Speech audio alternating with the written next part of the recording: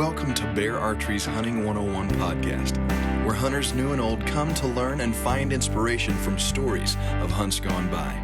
Everyone is welcome to enjoy the outdoor way of life, and there is no better time to start than right now. So let's head into the great outdoors with your host, Dylan Ray.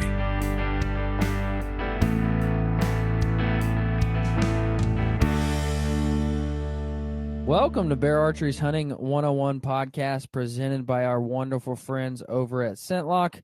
I get asked all the time what sets Scentlock apart from everyone else, and that is their carbon technology for maximum odor absorption. That, and what I love about them, is they've got a full line of clothing to get you from early season to late season. It is my pet peeve to try to find a new clothing company, and you can't get all the way through the seasons with one set of clothes. Scentlock has a system built in order to do that in their BE1 series. It is absolutely phenomenal. So go check out our friends over at Scentlock. We've got a special guest on with us today, Mr. Mike Pelletier from Hardcore Pursuit, a longtime bear shooter, and somebody who just absolutely lays down some monsters every year. Mike, how are you, man?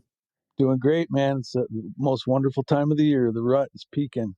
Oh my gosh, it is just now firing off. I just got through. I don't know, I know you were in Missouri, which just a hop, skip, and a jump from me. So my guess is you experienced the lockdown about the same time, but I got through the lockdown last week. Had a few really tough days of hunting, but now it's back and it's rolling hot and heavy. We're recording this on the 17th, so literally in the heat of it all. This will go out on the 24th, which still is a fantastic time to be in the woods. But November, man, you can't say enough about November. You've still got college football. You've still got now basketball is kicking off. So now you've got basketball. You've got the rut. You've got NFL football. I mean, you've got all of these sports taking place, and it's the rut. What could be better than November? Not a lot. That's the time of year that we all live for, that's for sure. And I actually got married in November, so I got to throw that in there too. It's also the month of my anniversary. So she said, "Hey, baby, what if we get married on November 22nd?" And I'm like, "Horrible time, no." And she said, "What if we go on our honeymoon to Colorado?" And I'm like, "Deal, let's do it." So she talked me into it with a honeymoon to Colorado. So now, man, I want to run through your season so far, because from my understanding, in 3 days, you laid down 3 giants. Yeah, we've been pretty fortunate. And, it hasn't been real easy this year. It's been unseasonably warm no matter where we've been hunting, all from, late August out west till now. I mean, it just cooled off, and that's when things started to go. And I got kind of an interesting story for this year if you want to hear it. Just how we set some things up. So usually I'll start all my hunting out west, archery, bow, spot and stalk muleys and antelope, long bomb shots, practice 100, 110 yards all year long, just for those few shots you get at a antelope or muley. We never shoot that far, but feel really good about taking an 80-yard shot. But this year we went out to, we had our schedule set up to go to, it's been interesting with this coronavirus stuff. We went to, we're going to stop in North Dakota to hunt whitetails right on western North Dakota. Do it just about every year. We're about 2 days from leaving, and my buddy, the landowner, calls and says, "You better get over here. The deer are dying." I just think he's joking with me a little bit. And actually, they ended up with a very bad case of EHD in the area. And on the 1,200 acres that we hunt, the death toll of carcasses found is up to 108 right now. So needless to say, we decided to just blow right by there and went right to Montana to our eastern Montana mule deer hunt, which I do with Craig Shell, longtime friend over in the Prairie County. And we actually got our pack tent together and, traveled up into this area that we hunt. It's about 100 miles of gravel to get up into it, but it's really good badlands and great hunting. Hunted there. Day 6, we were about going to leave at noon. Well, at about 9 o'clock, we found our target buck again and ended up stalking up to him and shooting him in his bed at 43 yards. So we were a little bit late leaving, but we were very happy. So from there, we were supposed to go to Idaho and hunt elk with a gentleman that's kind of new to the team as an outfitter, and he calls me the day before we're supposed to leave and says, "Hey, Mike, I got some weird news. The archery tag elk I was going to get for you. I got it, and it's rifle tag." And I'm like, "Well, we're almost here right now. For us to come back in a month is going to be impossible." So between that EHD, some Canadian border stuff with the coronavirus vaccines, all that stuff, we actually were down 7 shows. So it started off kind of rocky, and then you throw in all the warm temperatures that we were running into everywhere, all the way up until, early November. It was warm everywhere, unseasonably warm. So we were off to a really tough start, and I was actually starting to scramble a bit, but I've got a lease in Illinois and then another lease in Missouri, and they're about 3 hours apart. So I literally, left October 1st. We set up the lease, everything's set up. We just kind of sneak into each spot, make sure everything's looking good, straps are good, that kind of thing. Added a couple new spots for 3 days. And then from there, we went to Kansas. It was really warm there, hunted a few days. Then we went to Oklahoma. It was hot there, downright 90-degree hot. Didn't have any luck in either of those spots. Then we kept going south. We went to New Mexico for a rifle elk hunt. Got a really big, giant elk on the first day, 300 and some odd inches. Just a beautiful animal. Packed up, went back to kind of taking our trace backwards now. Went to Oklahoma on the first day there. We got a really nice whitetail with the bow. The all new Bear bow, by the way, the Refine, which shoots amazing. Love that baby. So we're feeling like we're back on track. So we go from there to Kansas, get to Kansas. It's hot again. Nothing's moving. Getting into a full moon in October, which is never good. And hunted there a few days. Then we we skipped over Missouri, went right to Illinois, parked our trailer at my buddy's house right by my lease. Hunted a few days. We had a little bit of action, but nothing like you would expect. And that's when we said, okay, we need to take a few day break, regroup, and see what's going to happen with this weather. So camera guy and I, Jordan, we split up, went our separate ways, took a few days off, and we went right back to Illinois. And same thing, it was still pretty warm, can't control the weather. I think by now it's probably getting close to the last week of October. And so from there, we decided to go back to Kansas, crazy enough. Hot, hot, hot.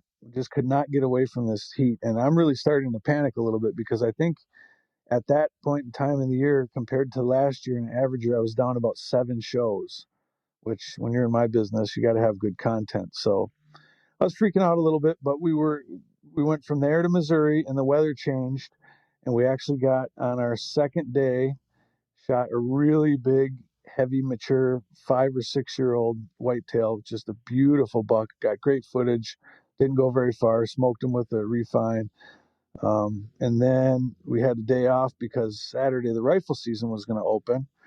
So then we got into which is really cool about us is we don't set up rifle spots. We just go to our bow spots with a gun in our hand. It's kind of cool. So here you got a 7 Magnum in your hand and you get a 60-yard shot at a great big 10-pointer. It makes it pretty easy. so that was, we shot the one on Thursday. Then we got a really nice one with the rifle Saturday. So after we were done with that, we packed up in the morning and drove to our Illinois lease. Got in there just in time to go out to a quick and easy stand for a couple hours that night. Didn't see anything. It was blowing about 30 miles an hour. But then we woke up, got into another stand that we haven't even hunted at all year long. Got into that stand an hour before daylight, and at 11 o'clock shot the biggest deer on the property with the bow. So that was the craziest few days of my hunting career to shoot. I think we shot 3, a 5, 6, and a 7-year-old in 3-day period. So we were pretty pumped up about that.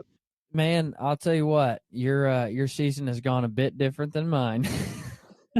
Yeah. That's awesome, man. Well, it was going bad, but we just knew that as soon as the weather changed, we just got to we got to not corrupt our spots. When they're not moving, don't mess these great spots that we have up. That's why there were so many. I probably have 20, 25 on each property, and we were really staying out of the really good ones because we just wanted it to be optimum hunting when we did slide in. So the bow kill in Missouri and the Bow Kill in Illinois were both in our first time ever climbing into these stands that we set up this summer. Now, when you say 5, 6, and 7, that was 2 in Missouri and 1 in Illinois. Am I correct? Yes. Yep. Okay. You can do an archery and a rifle in Missouri. And you can do the same in Illinois. I have an archery tag, which I filled, and then the gun season there starts Friday. So we'll be going back down for that tomorrow. Back down to Illinois. Yes, sir. Yep. Awesome, man. So what all states have you harvested in already so far? I got Great Big Muley in Montana. That was Bow Kill real early, really big buck. We didn't score it, but I'm going to say he's probably in the 180s. And then we got a nice big bull in New Mexico. And then we went to Oklahoma and got a big whitetail, really nice mature deer there. And then we got the 3 whitetails last week. So we're starting to play catch up. I feel like this Illinois hunt coming up is going to go really well. And then from there, I'm going to head to Kansas and do some more bow hunting. We were chased them around a lot there early. We just kept running into a lot of hot weather. And then we'll get into some, a little bit of like Wisconsin rifle, and then it will be a lot of late season archery, which we have scattered all over the Midwest. Now, whereabouts in Oklahoma were you at? We hunt a town called Eric, which is, I guess, kind of up in the Panhandle. Okay, man, I'll tell you what, Oklahoma has, for a long time, being a kid that grew up in Arkansas, you hate everything about Oklahoma because of OU, but Oklahoma has since became one of my favorite destinations to hunt. It's incredible, man. It's and a lot of states are like this. I'm not saying that, but it is one of the top states for different. I mean, you could be in the mountains, you could be in the desert, you could be in the hills. I mean, it's just an incredible place to hunt because there's so much different terrain features that you could hunt, by driving across the state. I've had friends kill tankers of black bears in the Kiamichi Mountains, and I'm getting to hunt this year with our friends over at Liberty Ranch, and just seeing some giant whitetails, and I'm like, man, this place is a really cool place. No matter how bad you hate Oklahoma football, you've got to enjoy the state as a hunting state. Yeah, it's really a unique state. I haven't really hunted around a lot of it. I've driven through different parts of it, but the area that we hunt is all that underbrush. It's real thick and not a lot of trees. You run into some cottonwoods along some creek beds and whatnot, but we're generally hunting out of ground blinds that are heavily brushed in for those whitetail that are cruising through there. And it's a great area. I love it. Yeah. And it's another $2 state. You can take one with the bow, one with the gun, or 2 with the bow. Absolutely. A lot of, big name people shooting giants in Oklahoma. And it just makes you realize, man, it's got some incredible hunting opportunities. Yep. What I love about it is I'm so close to the border. My best lease here in Kansas, the southern border of that lease is Oklahoma. Huh. So I can literally jump the border and have 2 more bucks. And I don't change where I'm hunting. I don't have to scout new properties or I literally cross a tractor road and I'm in Oklahoma, and then you've got 2 more bucks. And it's just, it's an incredible setup. Oklahoma really has something going. Yep. It's a great state. And there's a lot of them out there like that. The big deal is just trying to keep them a secret, which isn't that easy. Yeah. Oklahoma sucks. Don't come to Oklahoma. Yeah.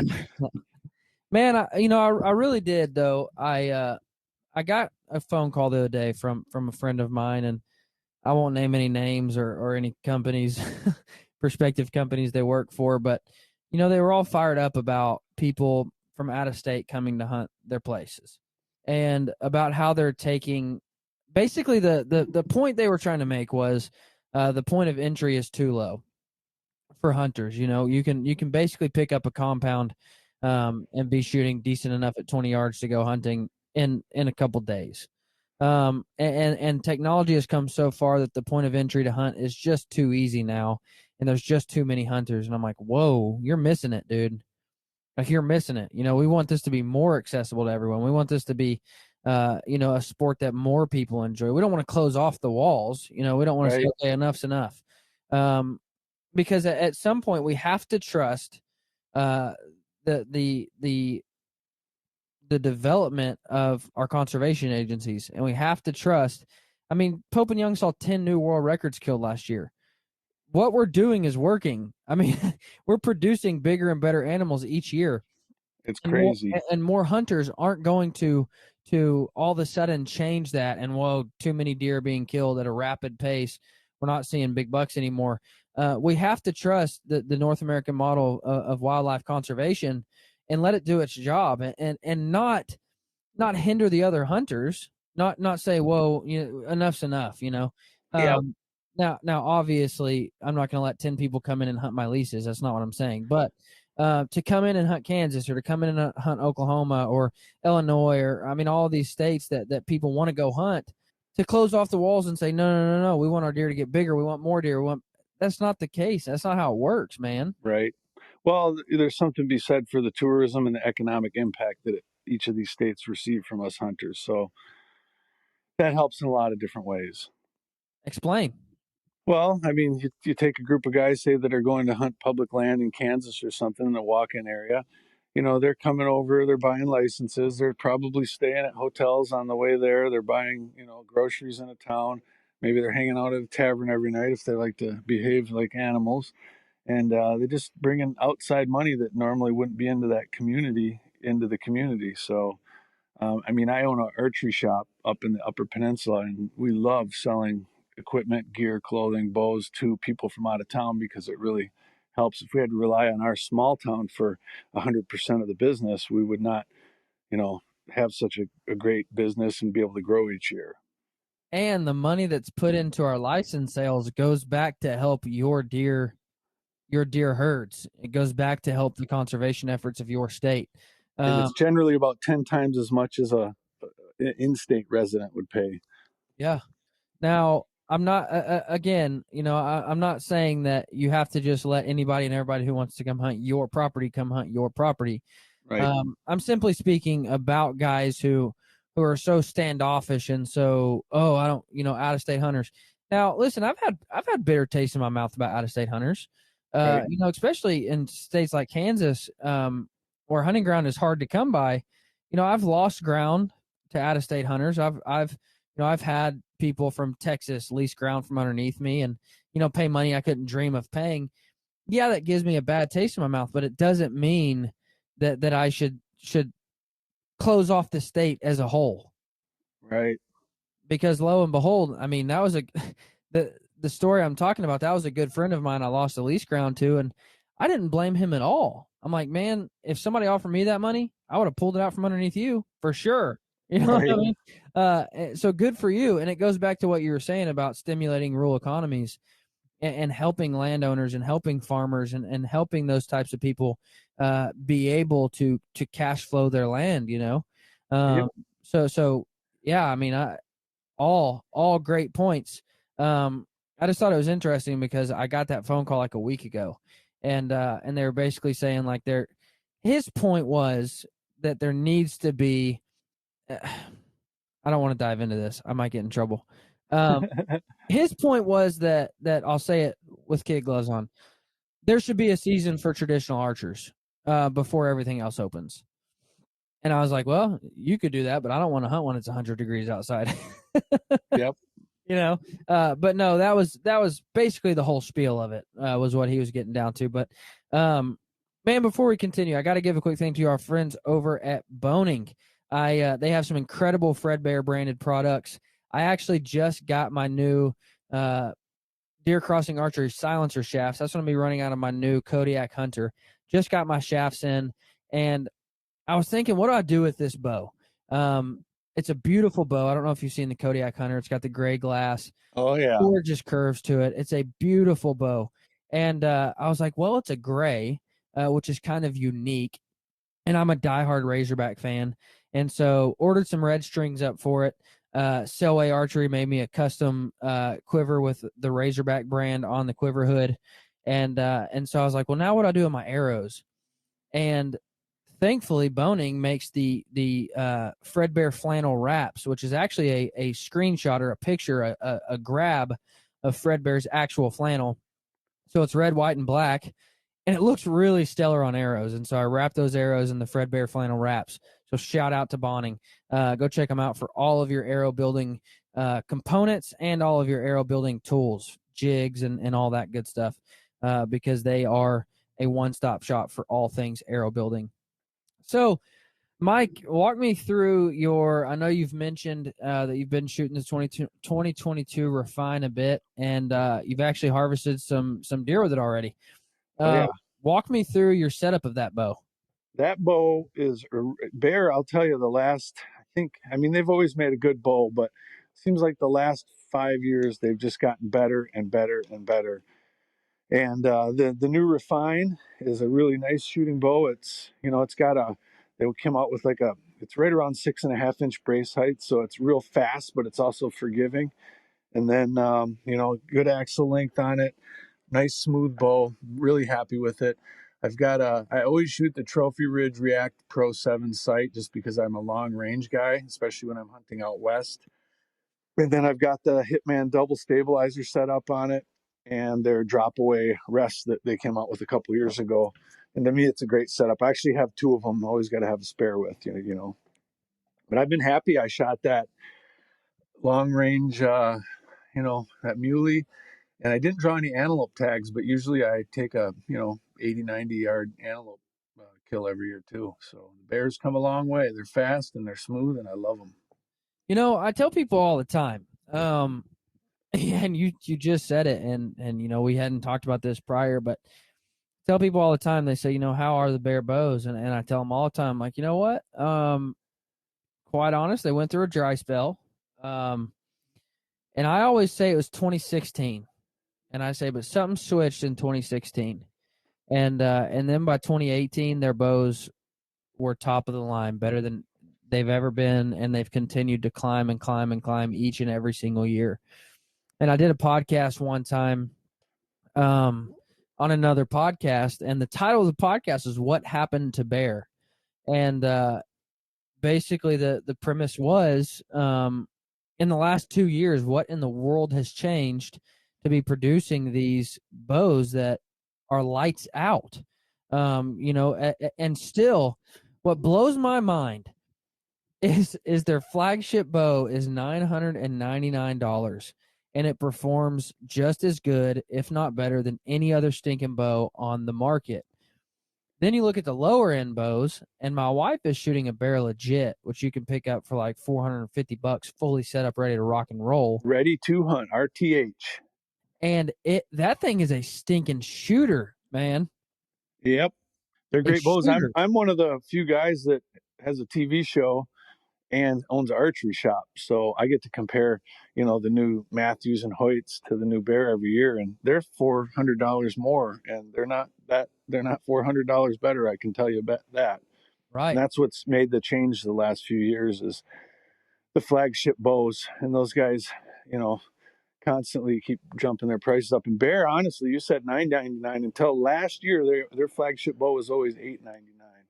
So they were way less expensive for such a great high quality product. But when they made the jump, and I remember when the jump happened, everybody's like, "Oh my gosh, no!" I'm like, "Really? It's still $600 cheaper than some bows, $800 cheaper than some bows." And I'm like, "Really?" And then you get it, and I remember the jump taken last year with the Redemption. Or what did it go up on the status? I think the status is when things got pretty serious. That was 3 years ago. And I remember the jump. Like I remember getting the bow, and I'm like, oh yeah, worth every penny. Yep, like exactly. Worth the jump, No, fantastic bows, man, and I'm so excited to start shooting the Redemption. I'm going to dive in a little bit, not a lot, because I still haven't got a ton of time to play with it. But I mentioned the Kodiak Hunter. And I got that bow and I started shooting it. And let me tell you something, I put a lot of time in with the mag riser, hours a day. I mean, I can't tell you how many hours was put in working with the mag riser.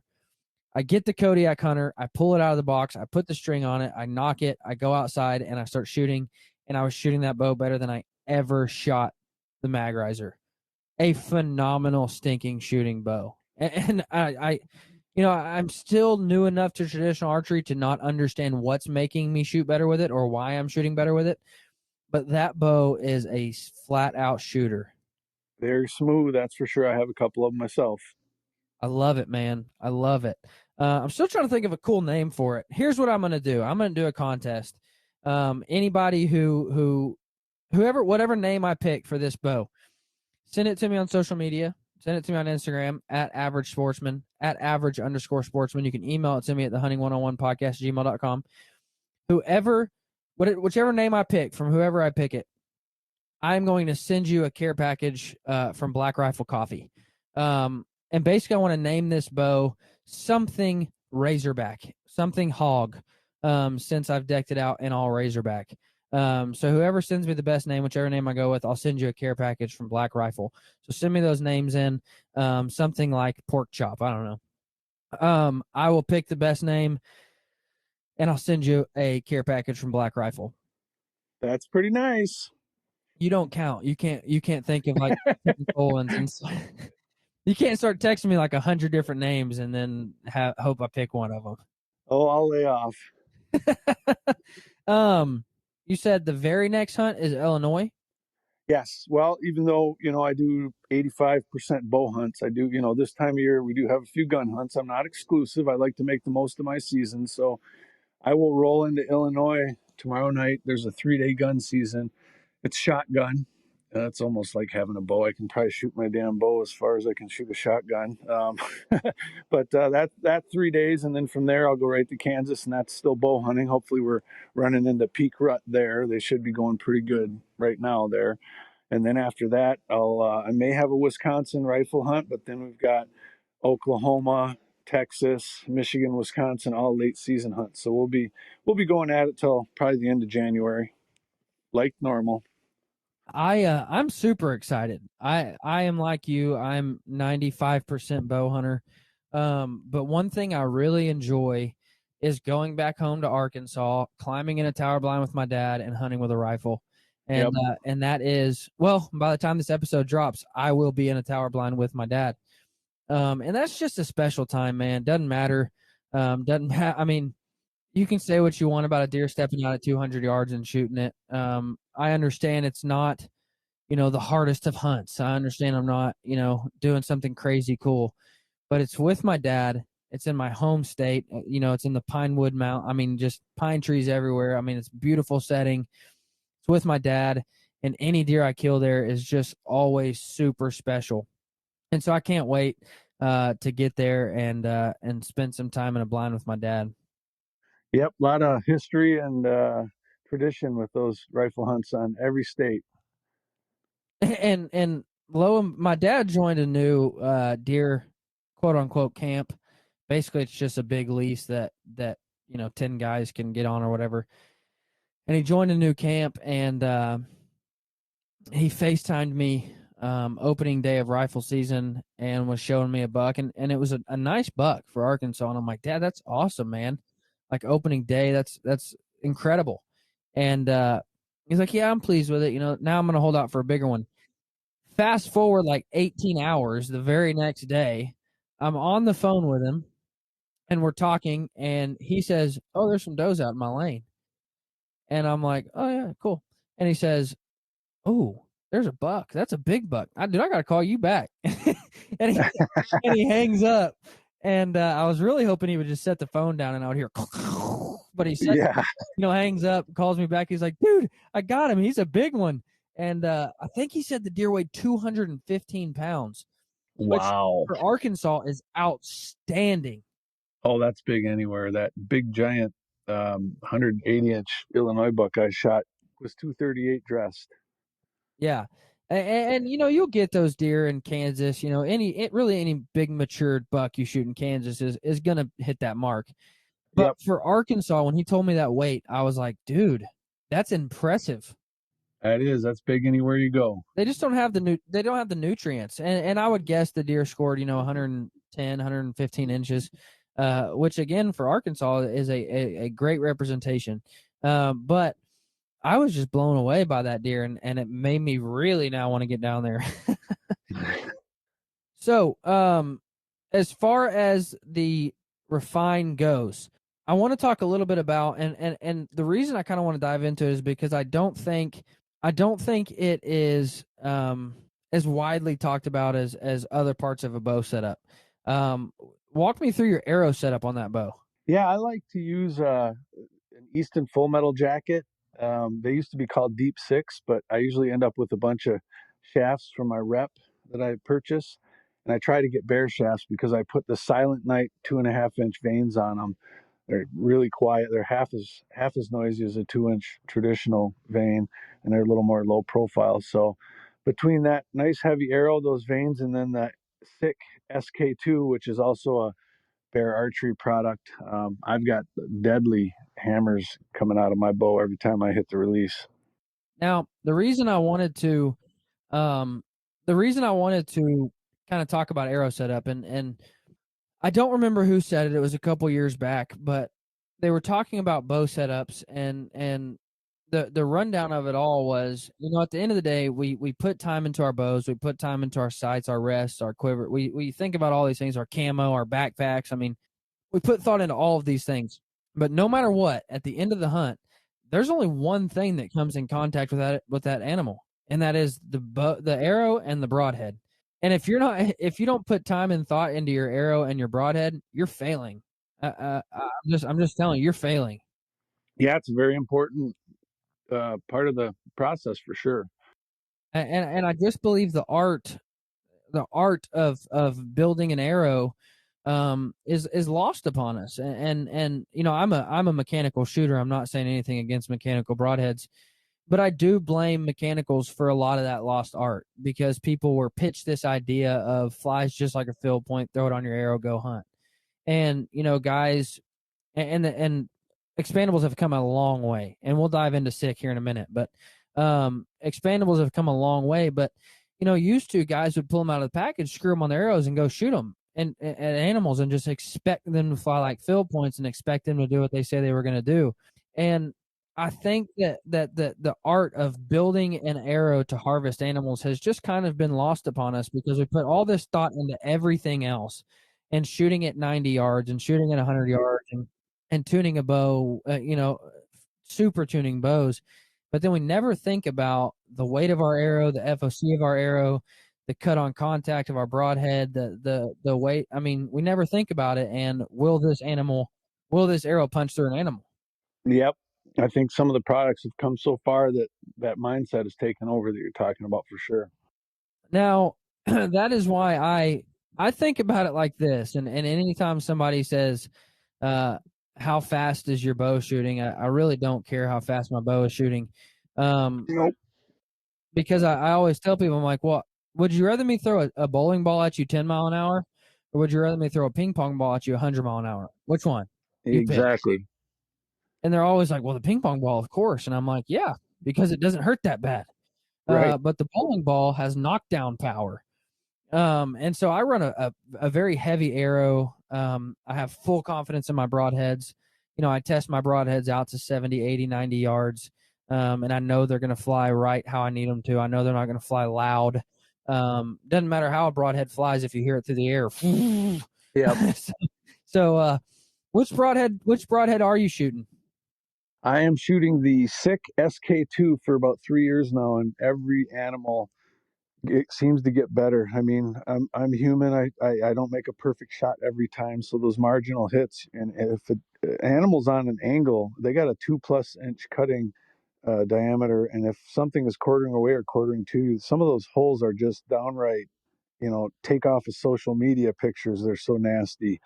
And it's not uncommon to get upwards of a 3-inch cut with one of those if it's not perfectly broadside. So they fly really good for me, and they deploy well. And I've never had some crazy mishap like you hear guys talk about that other broadhead. No, my rubber band's broken, Aaron. My broadhead dived down. I mean, I've never seen anything like that the way these are made. So I shot last year muley at 90 yards, a big 6-year-old mule deer in a cornfield in eastern Colorado.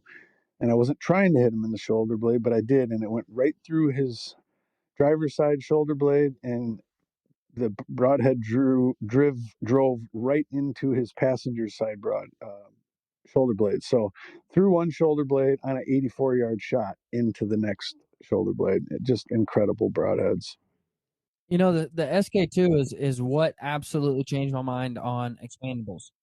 And I was a big heavy fixed blade guy for a long time. And when the SK2 came out, I thought, well, I'll give it a try. First year it came out, so this will be the third year it's here, I believe. Yep, you're right. And so the first year, I shot a buck in Kansas, and the deer weighed well over 200 pounds, and I busted through both shoulders on that whitetail, and I was like, "Good Lord!" It went like 80 yards and piled up, and I'm like, "Good Lord!" And it's changed my mind forever. I had a friend shoot 4 animals in a day with the exact same broadhead. Went out in the field, got it, cleaned it off, shot it again, killed 4 animals in 24 hours with the same broadhead. And I'm like, man, I am now a believer. Yep, they're great broadheads. I've shot, I don't know, 30, 40 animals over the past 3 years with them, and they never disappoint. That's for sure. Now, Mike, I am, Fred Bear was big on his field notes. And, well, actually, before I ask you that, I want to take a quick break. I had the pleasure of calling our giveaway winner. We just did a massive giveaway for a whitetail hunt in Texas. I'm sorry, an axis deer hunt in Texas with me, a new 2022 Refine, some Scentlock stuff, a sick package, a Trophy Ridge package, just a massive giveaway. And I had the pleasure of getting to call the giveaway winner and let them know.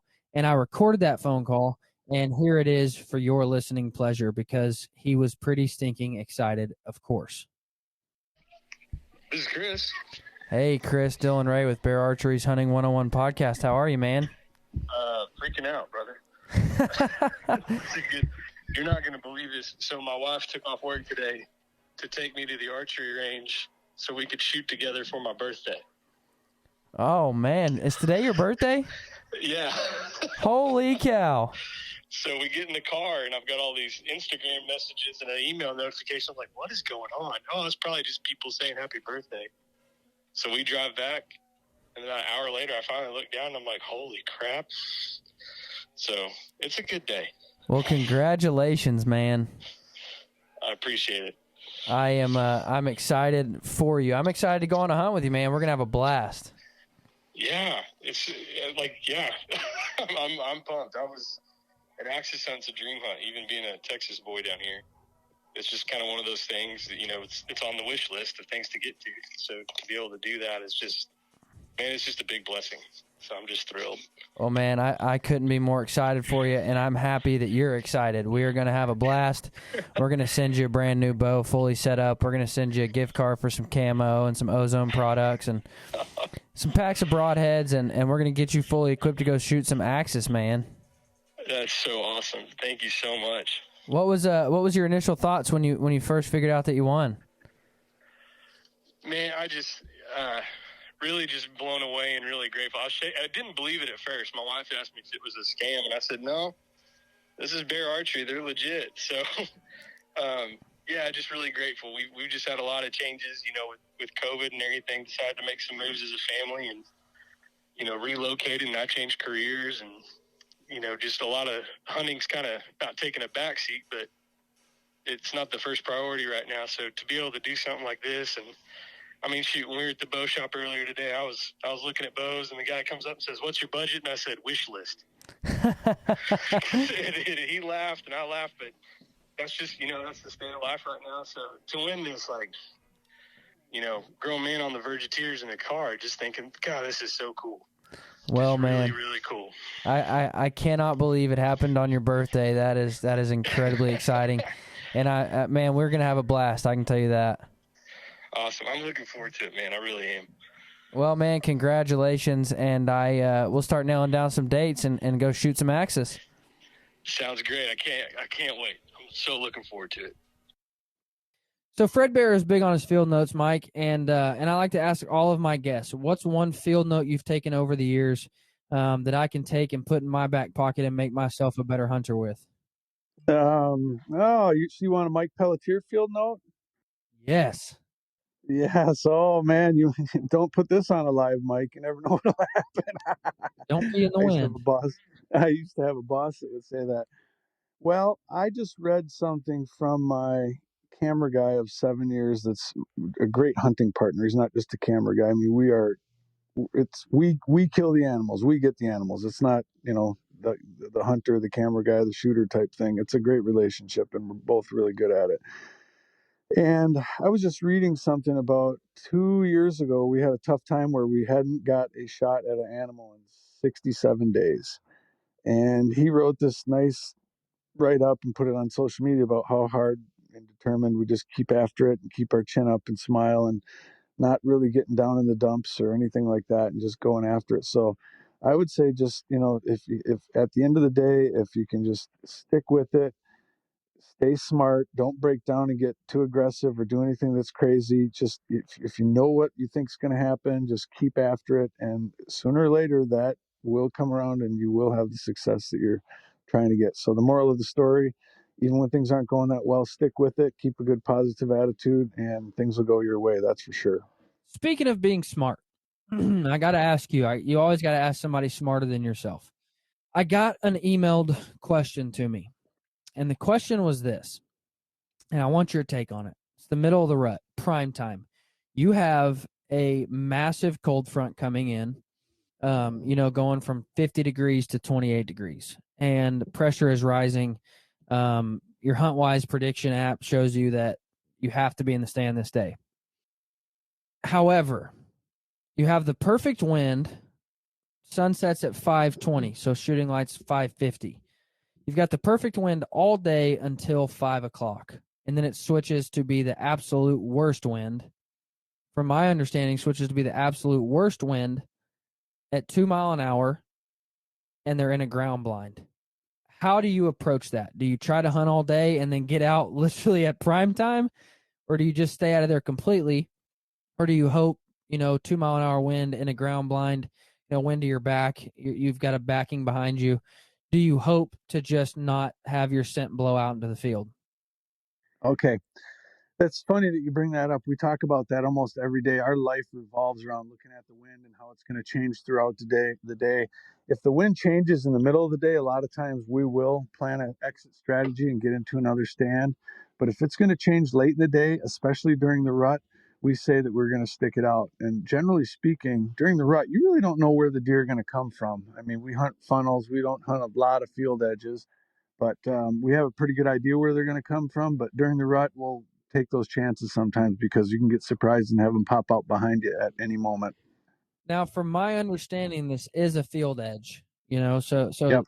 their shot is going to come, from one spot. They're going to have the deer, say it's to the east. They're going to have the deer to the east to shoot them. Yep. And the picture that was painted for me was they've got a west wind all day long until that prime time last hour of daylight, and then it switches straight to the east. However, it only goes, it's like a 2 or 3 mile an hour wind, and they're in a ground blind. So that's not very much. And then the other thing about this is a lot of times we will position the wind so it's right in front of us where we're going to shoot them, because a lot of times if you have it in your face, it's going into the area that they may be coming from or where they live. So I'd rather chance it and have it blowing right out where I'm going to shoot them. Hopefully I can get them before they get my wind, versus having them not show up at all because they winded me a quarter mile earlier. yeah, that's a good point.